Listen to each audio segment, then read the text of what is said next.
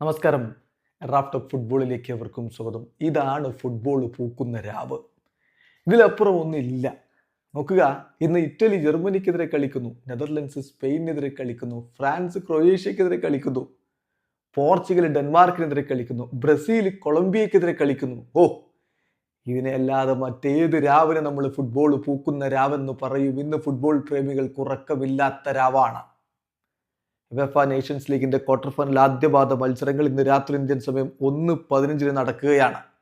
നെതർലൻഡ്സിന്റെ എതിരാളികൾ സ്പെയിനാണ്. നെതർലൻഡ്സിൽ വെച്ചിട്ടാണ് ആ മത്സരം നടക്കുന്നത്.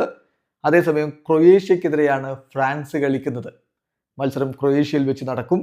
ഡെൻമാർക്കിനെതിരെ പോർച്ചുഗൽ കളിക്കുന്നു. കളി ഡെൻമാർക്കിൽ വെച്ച് നടക്കും.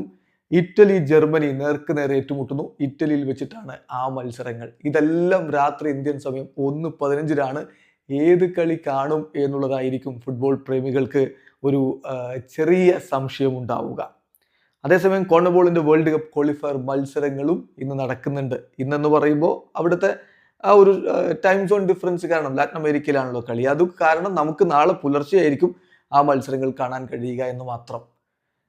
ഇന്ന് വേൾഡ് കപ്പ് ക്വാളിഫയറിൽ ഇന്നെന്ന് പറയുമ്പോൾ നാളെ പുലർച്ചെ 4:30 പരാഗ്വെ ചിലിയുമായിട്ട് കളിക്കുന്നു. ബ്രസീൽ ഇറങ്ങുന്നുണ്ട്. നാളെ രാവിലെയാണ് ആ കളി. നമുക്ക് ഇന്ത്യൻ സമയം വരുമ്പോൾ നാളെ രാവിലെയാണ്.